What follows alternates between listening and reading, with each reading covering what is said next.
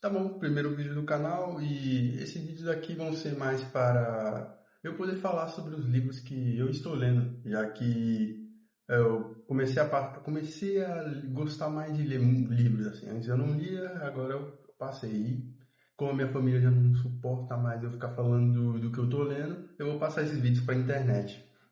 E o primeiro vai ser sobre Duna. Eu li os três primeiros, aí eu não li os outros três. E vou falar sobre o que eu tô achando, o que eu achei dos personagens e também do filme. Eu vi o filme primeiro e vou querer comentar o que eu achei dos personagens do livro e comparado com os do filme.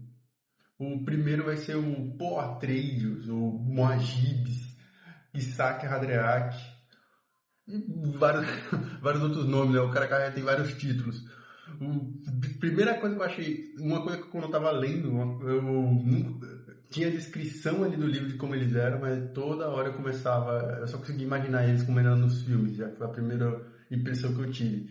E a primeira que eu achei foi que o Paul do livro não é nem um pouco parecido com o do filme. No final, a partir do final, no começo, fala que ele é um garoto, tipo, garoto da realeza. Ele é um filho de um rei, de um duque ali, o Duque Leto. E eu pensei, tá igualzinho no filme, né? Não, parece que nunca tomou um banho de sol. Só que depois, quando eles vão pro deserto, já cortando muito, quando eles caem no deserto, e ele passa 9. Uma coisa que eu achei bem. Não tinha como fazer no livro, essa passagem de tempo. No livro, passou 5 anos ele no deserto, para ele criar essa fama de Muad'Dib, o rato do deserto. No filme passou, acho que 8 meses. Não tem como se criar um profeta em 8 meses ali. Aí a coisa que eu acho meio mais que no livro ele é descrito como um jovem adulto, assim. Ele é jovem, mas ele se comporta como um adulto. A voz dele é de adulto, as ações dele são de adulto. E no filme, não dá.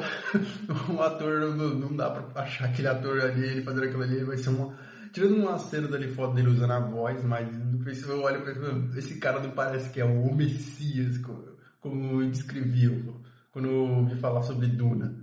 De começo eu comecei a achar o Paul tipo um adolescente muito chato. Pensando, caralho, os diálogos era tudo. Englobar aqui, os Atreides dos livros são muito chatos. Toda hora, sempre, todo mundo tem que ficar. Sempre tem diálogo de pensamento. Muito diálogo de pensamento para os Atreides. Eu acho que eles conseguiram. O que os outros não estavam pensando, eles pensaram. É sempre o que entende de decifrar o que o outro está pensando. Aí o Paul Atreides no início era um chato com a própria mãe, com os outros. Eu pensei, caralho, esse garoto aí. Esse não é o meu Messias. Só que depois, quando ele vai pro deserto, ele se torna Muad'Dib com o seu grupo Kamikaze, aí sim, ele começou a ficar foda. Tava achando ele muito interessante, ele no deserto. Aí depois, aí já seguindo assim pro final do livro 1, só do Potter aí da história dele, uma coisa que eu achei muito chata no primeiro livro foi que o final foi muito rápido. O final não fez sentido nenhum. Sei lá, o autor, eu acho que era 700 páginas do primeiro livro, eu acho que ele já pensou, ele começou a acelerar tudo, tipo, o imperador, uma coisa, tipo, no final do livro, o Paul Atreides, o grupo lá vai destruir a cidade, vai invadir o castelo e matar o Barão Harkonnen. Aí o imperador já tava lá. Não fez sentido, eu pensei, faz sentido nenhum o imperador já tá ali. Qual é a lógica dele já estar ali, sendo que eu achava que era coisa tipo o livro, um imperador é gigante demais para essa guerra de duas casas. Ele só ia aparecer, sei lá, no segundo livro, ele estava por enquanto sendo citado. Do nada, no meio de duas guerras de uma casa, o imperador tá ali, na batalha. Eu pensei, qual é o sentido disso? Tipo, antigamente, sim, os imperadores ou alguns líderes iam pra frente de batalha, mas o cara, 10 mil anos no futuro, o imperador tá ali, junto. Aí do nada o Potter chega e fala: eu sou o líder agora, manda todo mundo, igual no filme mesmo, foi igual no filme ali, cala a boca todos vocês, eu sou Muad'Dib. e ganhou o trono. Eu pensei, foi rápido demais isso aqui, não era? Eu achei que ele ia primeiro matar o Barão Harkonnen, dominar Arrakis e falar, agora vamos vamos tirar o Imperador do trono, só no segundo livro, mas foi ali. E pra mim esse Paul Atreides tem um momento que ele com os Fremen, o povo do deserto, ele chega pra todos eles e fala, eu sou Garry Haigab lá, o outro título de Kisakadrak dele, do exército, fala, eu mando em todos vocês, eu sou o duque desse planeta, vocês têm que me ouvir. Aí o livro diz que os Fremen ficaram tudo com o cara, tipo, só olhando, falando assim, não é mesmo, né, mano? Ele é nosso líder. Eu achava mais legal ainda ele falando isso. Aí no final, quando ele vira imperador, aí parte pro segundo livro. O cara, o Paul Atreides, no segundo livro, ele fica mandando lá o braço direito dele, Stilgar, fazer os nomes eu não vou conseguir falar certo, né? É tudo complicado. Ele fica mandando o cara pesquisar sobre Gengis Khan. Eu pensando, cara, porra, 10 mil anos, os caras estão pesquisando pessoa ainda da Terra, que era tática de guerra, tava fazendo pesquisa tática de guerra. Eu falei, 10 mil anos não apareceu alguém desse jeito. Aí depois ele começou a pesquisar, falou pra ele pesquisar também sobre o Hitler, o bigodinho. Nas descrições que eu vou ficar fazendo vai ter os momentos do nada, eu não vou seguir uma linha cronológica aqui, então eu acabei de me lembrar sobre o momento do Gojabas lá, a canetinha que a velha lá, a grande Bene Gesserit colocou no pescoço do Paul Atreides e pelo que eu me lembro, quando eu tinha visto o filme, eu acho que umas 2 vezes, eu me lembro que a série era maior, mas no livro é 1000 vezes melhor aquilo ali, tipo, é um diálogo inteiro deles dois. No filme ela só colocou no pescoço e falou, o que é isso? O que tem dentro dessa caixa? Ela, sei lá, Marlboro, tem dor. Aí no filme, no livro, ela tem um diálogo inteiro deles dois ali, não é rápido. Ele colocou a mão ali na caixinha e os dois têm toda hora um diálogo. Ele fala pra ela, tipo, meu pai tem um planeta inteiro aqui, nós somos poderosos. Ela fala, ele vai perder. Agora ele ganhou, aí ele retruca falando, agora ele ganhou, tipo, Arrakis, o planeta da especiaria, somos mais fortes ainda. Ela fala, ele vai perder também. Ela já tava falando pra ele, seu pai vai morrer se for pra Arrakis. E no filme só colocou ali, deu um grito. Foi legal também, mas eu me lembro que era maior aquela cena. Aí agora, partindo pro segundo livro, O Deus de Duna, onde o ego de Paul Atreides ficou gigante, que ele teve que construir tudo ali, parecia, ele criou um núcleo inteiro só de fiel para ele. E voltando à cena dele estudando sobre a figura do Brasil não, sobre a figura do planeta Terra, o cara vai estudar sobre o Hitler e aí do nada, até antes desse momento eu não sabia porque estavam falando que o Paul Atreides era um vilão. Ele falou, ele é o Darth Vader foi inspirado dele. Eu pensei, cadê? Até agora ele não tá mostrando nada de errado ainda dele. Será que ele vai fazer aí? Do nada ele tava se comparando aos imperadores e os ditadores do planeta Terra e falar, se for pra fazer comparação, eu ganhei, porque eu exterminei 72 bilhões de seres humanos, esterilizei 52 planetas e não sei quanto impossibilitou de se reerguerem assim. Ele falou aquilo naturalmente, sozinho, ele tava, sei lá, diálogo mental. Ele tava falando aquilo ali e eu penso, caralho, o que é isso, Godibs? O maluco de 72 bilhões o jihad dele, eu achava que ia ser uma guerra santa durou 1000 anos, sei lá, tipo, durou 12 anos o jihad de Poa. O jihad de Poa 3 durou 12 anos e ele já fez tudo isso.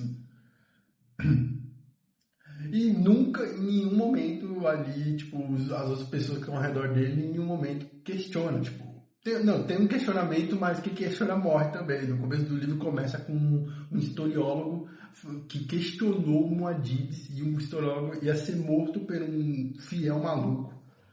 E em comparação, os diálogos entre os Fremen são os mais engraçados ali, os mais interessantes também. Tem um momento que, quando acontece a derrocada, a grande capotada dos Atreides, o Mentalic deles acaba indo pro deserto e encontra um. Trocando agora, ela tá falando pro Atreides, vamos falar do maluco do deserto, abre parênteses. O cara chega no deserto e um Fremen, tipo, tá lá com ele, vários outros soldados dos Atreides tá junto com esse Mentalic, e eles encontraram esse Fremen. Aí o Fremen tá lá de boa, olhando pra eles assim, ele fala, oh, precisamos de ajuda. Aí o cara fala, vocês têm água? Ele, não, mas temos feridos. Então não tem nada pra me ajudar, não tem nada pra eu fazer aqui. Aí ele fala, não, não, mas aí, se você não ajudar, a gente vai morrer. Aí ele fala, eu ajudo se você tiver água. Outra comparação grande entre o livro e o filme. No livro, todo momento é citado água. A água é a coisa mais importante, é raridade, é melhor, é muito importante a água. No filme, ninguém parece que passa sede, né? Não tem... Todo mundo ali tá muito de boa, a pele, tipo, passa uma hora no sol, seu braço vai ficar vermelho de queimado. Ali, a galera acabou de verão, acabei de chegar. Ninguém tem a garganta seca, tipo, quero água, acabou. Mas aí, voltando pro livro, o cara fala, tipo, vocês têm água? Ele fala, não, aí do nada alguém lá atrás do grupo dos Atreides morre. Aí o cara fala, ó, agora vocês têm como barganhar. Os caras estavam querendo roubar a água, o Fremen tava querendo roubar a água do corpo do maluco. Aí ele fala, tipo, é o pacto de água. Agora vocês me entregam o cara lá, a gente pega a água do corpo dele e eu vou poder ajudar vocês com isso. Aí o Mentalic aceitou o acordo, aí chegou a frota do imperador lá, o Sardaukar, e um Fremen fez ataque kamikaze, ele se matou pra destruir 200 Sardaukar. Aí o cara falou, o Mentalic falou, caramba, você ajudou a gente. Ele falou, não foi ajuda não, é porque a gente fez a lógica aqui de se sacrificar um de nós para destruir 200 deles. Ele falou, vamos pegar a água do corpo dele.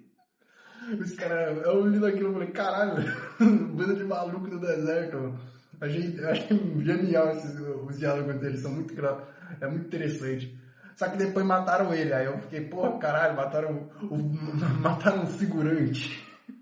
O mais interessante ali, porque até agora, antes disso, só tinha os diálogos os diálogos mentais dos Atreides.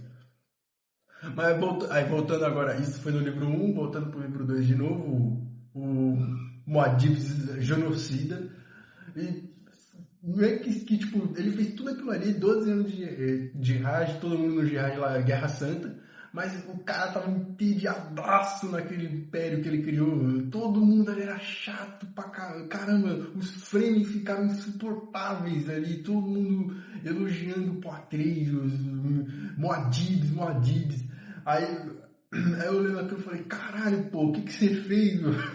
Não é nem que você criou um império, você fez todo mundo virou fiel de Muad'Dib,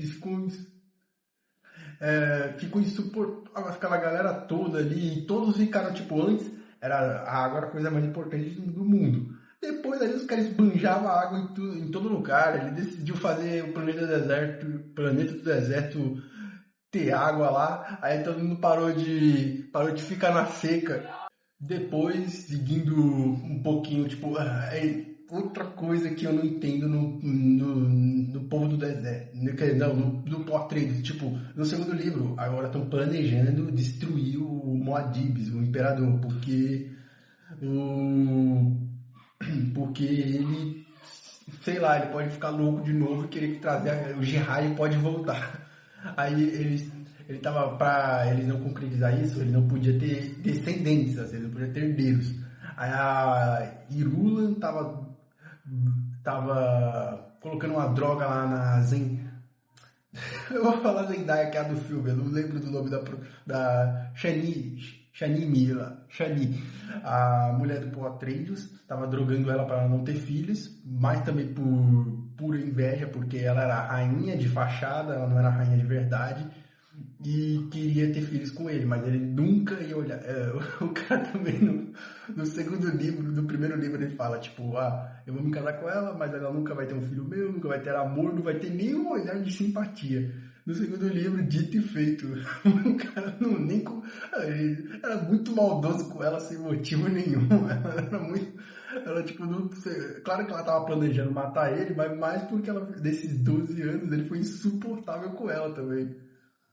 Aí a velha velha do Good Jabas lá, o navegador da guilda, que era inteligente, os navegadores são inteligentes pra caralho, um dançarino facial que insuportável, caralho, sério, eu tô percebendo que em Duna todo mundo tem que se achar muito inteligente, todo mundo tem que falar como se fosse muito inteligente as coisas. O cara da guilda, os monstrinhos lá espacial, eles são muito inteligentes para fazer essas navegações. Aí a gente, tipo, lá no livro mostra que é isso. Aí esse dançarino facial ficava falando como se esse cara fosse burro, e ele falava de um jeito, como se fizesse enigmas. Eu ficava, caralho, nossa, mano. Tipo, eu tava do lado dos vilões ali. Nessa história, você no segundo livro, depois do discurso de extermínio do Poatres, você pensa, ele é o vilão mesmo. Eu acho que tá torcendo pro cara errado. Aí você começa a torcer pros vilões, que ele tem que ser destruído mesmo. Esse cara aí não é do bem, não. Mas esse dançarino facial em específico, esse personagem tava fazendo de tudo pra que eles perdessem. E o Poatreiros matou tanta pessoa que do nada já não queria matar ninguém. Porque essa velha, ele sabia que ela tava conspirando contra ele. Ele sabia que a Irula também tava conspirando contra ele. O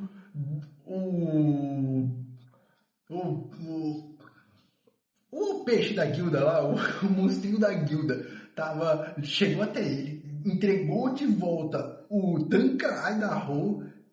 Aqui eu tenho um amigo que morreu 12 anos atrás, alguns anos atrás lá. Pega ele, e ainda o bicho fala lá, o Golem que eles chamam. O que você vai fazer aqui? Eu vim destruir você. Aí ele fala, legal, não vou te matar, pode ficar aqui perto de mim, porque, sei lá, quando eu estiver não percebendo, você pode me enfiar uma faca e acabou.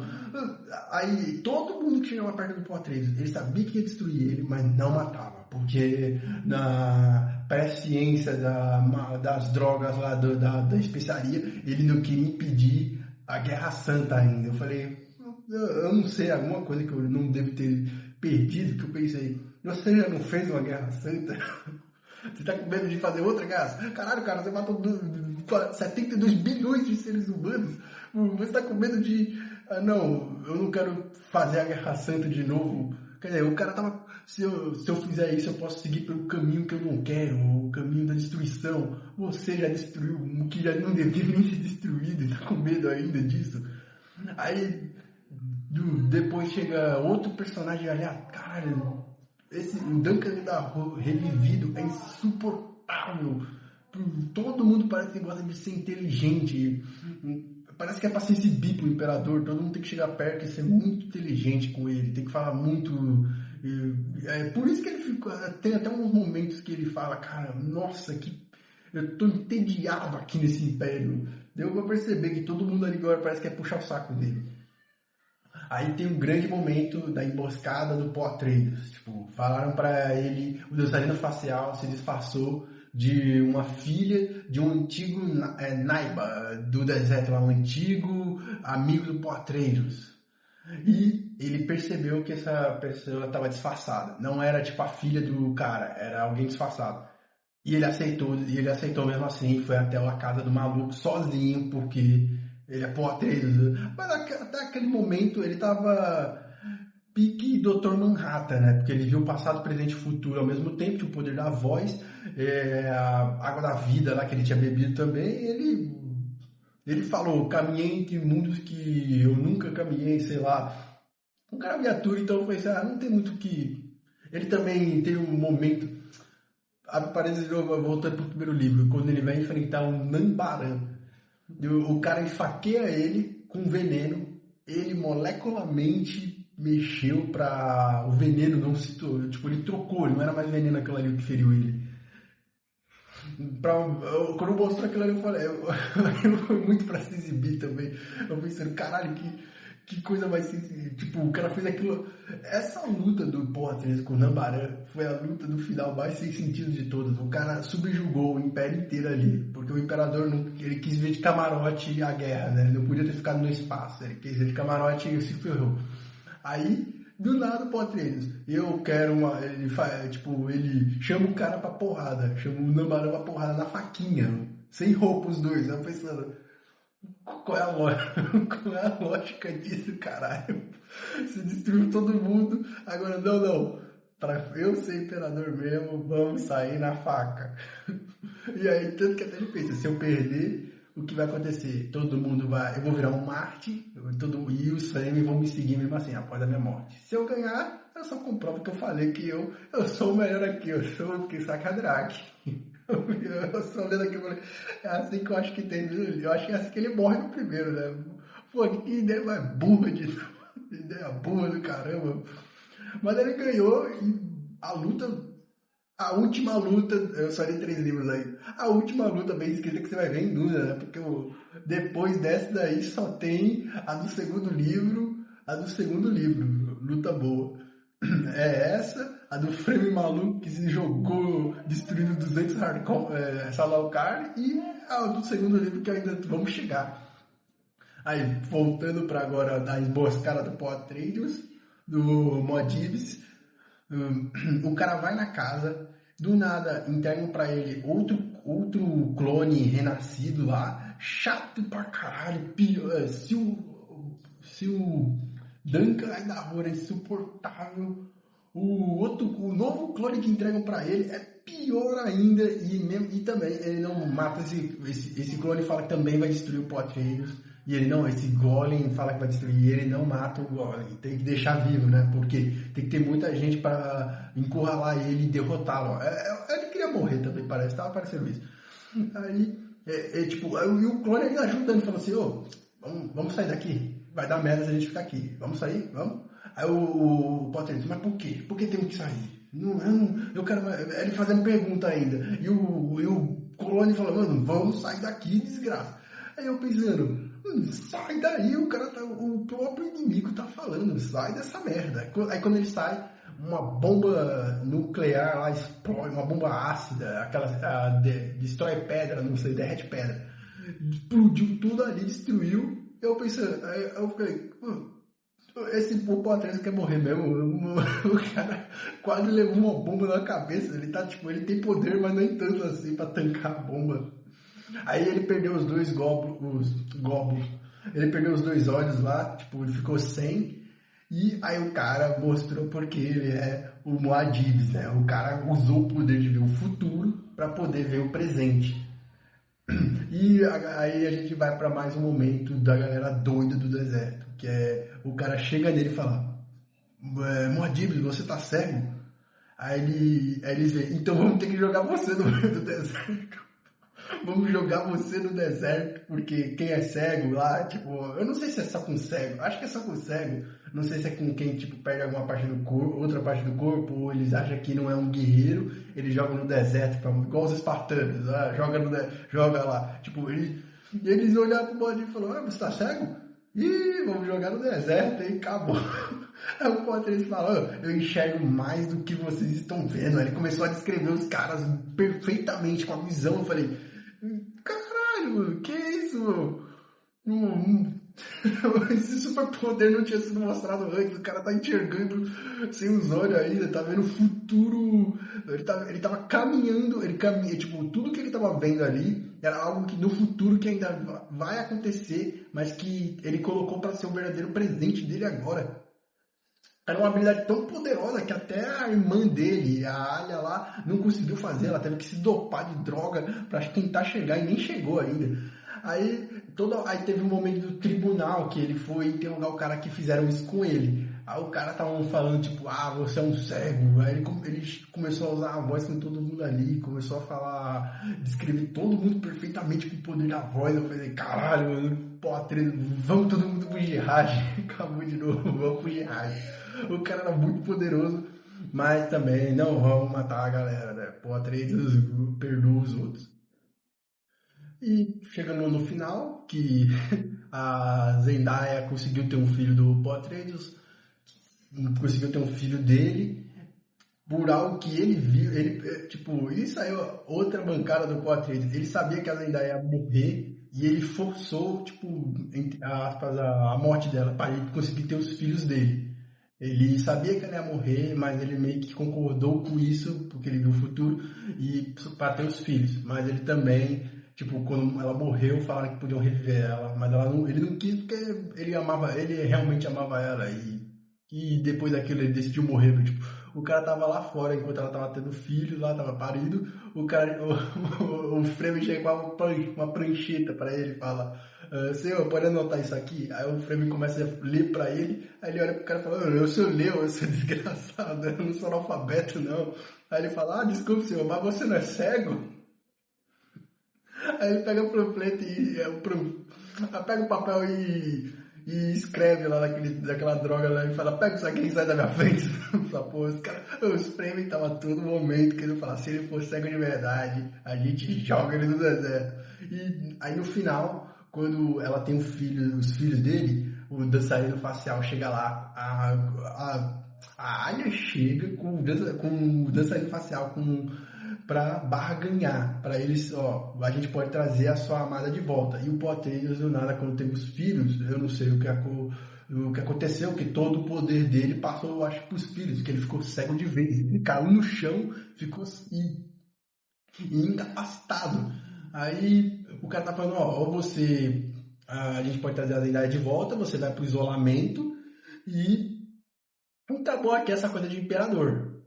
E se você não aceitar, de todo jeito a gente mata você e a gente barganha com a sua irmã pra gente trazer você de volta à vida igual um clone. E tudo isso era porque o Duncan Idaho recuperou as memórias dele. Aí, então eles viram que, então dá para criar um clone lá, o Golem, e as memórias da antiga pessoa voltar.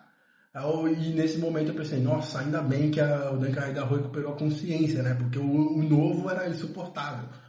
Aí quando eles fez isso, tipo, o filho, o bebê do Paul Atreides, que nasceu os pré-nascidos lá, que eles chamam, ele emprestou um pouquinho da visão dele pro pai. Aí o Paul Atreides fez a matemática, que ele tava aqui, o filho aqui. Aí ele calculou, eu tô vendo por aqui, o cara tá aqui. Ele fez uma tática para fazer aqui. Ele matou o cara, ele deu um pulo em cima do cara, esfaqueou ele e matou. Aí chegou o outro clonezinho, o outro clone e falou assim, ele começou a falar a chatice de sempre, as aleatoriedades, falando, não, a gente veio aqui para ganhar. O Muad'Dib, né, o imperador, falou assim, ó, Duncan, se esse cara se aproximar de mim a 10 passos, pode matá-lo. Aí o cara falou coisa, ele falou, pode matar, e matou. Aí matou os. Aí eu falei, caralho, finalmente, mano, porra, para de deixar os caras parece que tava querendo deixar todos os inimigos dele vivos, aí. Só no final ele falou, não, agora acabou essa porra, vamos matar todo mundo agora, que eu já tenho meu filho, já não tenho nada pra fazer aqui, então não quero mais inimigos. Aí depois que ele fez isso, ele ficou cego de vez, e eu não sei porquê, eles decidiram jogar o Paul Atreides no deserto. E ele também aceitou isso porque os Fremen estavam deixando, já que estava criando-se grupos de pessoas que não estavam mais acreditando no Paul Atreides, no Muad'Dib. E tanto que teve um dos Fremen antigos que ele fala, essa foi a frase do no meu tempo era melhor. O cara falando, no meu tempo eu tinha duas mulheres. Eu morava tipo numa caverna, tinha, sei lá, 5. Eles pesam as águas dele lá para você mostrar que tem muitas águas. Ele tem uns anéis, cada anel vale não sei quanto de água. Ele fala, eu tinha acho que uns 19 anéis lá de água. Eu era rico, eu tinha uma faquinha e uma cafeteira, não sei. Aí ele falou, eu era feliz e não sabia. Aí eu olhando para aquilo, eu falei, cara, mas que merda você tá falando, seu desgraçado? Onde você era melhor, você passava um fogo. Você vai ler no livro os prêmios. Os caras são fedidos, eles moram no meio do deserto, eles são os caras falando que era feliz, né, cara? Eu basicamente falando, você era um mendigo, você não. Sim, tipo, eles são guerreiros, eles têm a controle. Os cara, aí o cara, ele morava numa casa gigante no livro 2, desperdiçava água, ele tinha uma máquina lá que tava derramando água, desperdiçava. Eu acho que ele ainda era casado e tinha um filho. Ele basicamente, os que seguiram o Paul Atreides lá, o grupo principal lá que seguiu o Paul Atreides, a sua equipe de elite, que era esse cara, eles viraram, tipo, ricaços em Araques. Esse cara ficou ricaço. Ele tava bemzão de vida. E tava falando que no passado ele tava melhor, que ele era mais feliz, porque ele ficava na mata, ficava no deserto, montava em verme gigante e tinha tinha duas esposas. Eu falei, no meu passado, de novo, 10 mil anos no futuro e no passado era melhor. Nunca muda. Sempre desse jeito. Aí depois que jogaram o Potreiros, nesse coisa de jogar o Potreiros no deserto, porque se ele morresse ali, se ele seguisse essa tradição, os Fremen iam acreditar mais ainda nele, porque ele seguiu no final da vida, ele seguiu a nossa tradição ainda, todo mundo pro Gerard. Aí o Duncan acabou, ele olha pra aquilo, a mesma coisa, você leitor tem a mesma coisa, fala, vocês jogaram o Messias, jogaram, não é só jogar no deserto, ele estava cego, foram até um canto, um local tipo, que ninguém sabia, jogaram ele lá e deixaram para morrer. Aí você pensa, ele não era o Messias?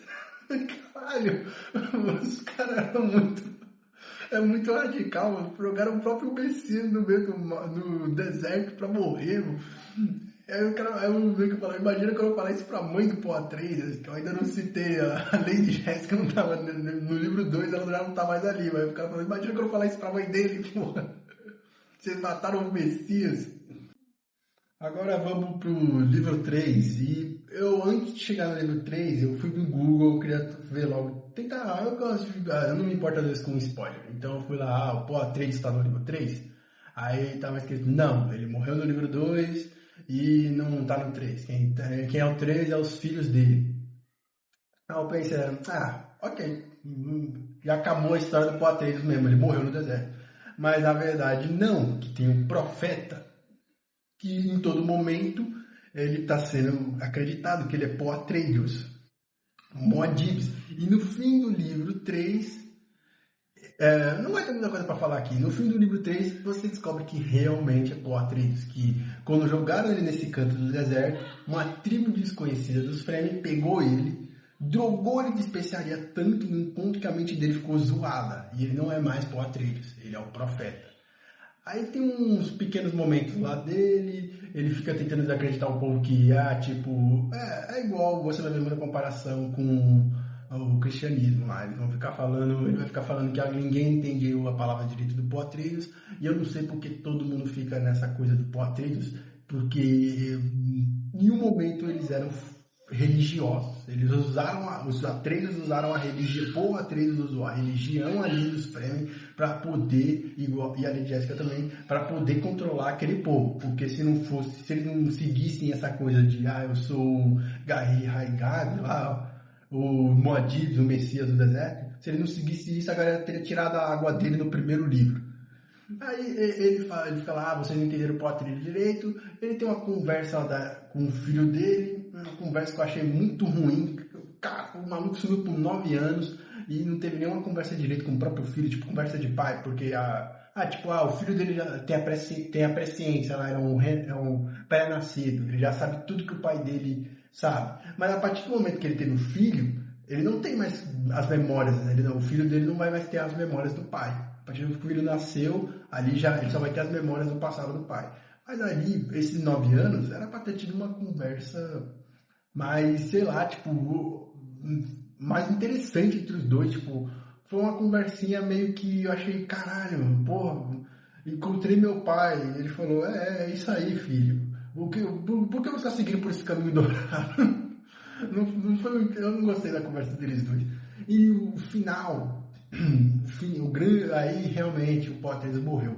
O final ele tá no meio da praça lá dos fiéis, que caralho, no terceiro livro, meu amigo, que os Fremen estavam chatos no segundo, no terceiro eles ficaram insuportáveis. Era a galera O Paul Atreides conseguiu, né? Ele fez os frames desse cara mais insuportáveis, religiosos. Eles estavam, todo mundo ali fanático, religioso, doido. E tanto que ele acabou sendo morto por um dos soldados lá da irmã dele. E pronto, foi aí, acabou. Paul Atreides... Tipo, o cara tava na praça lá, chegou alguém, uau, e acabou.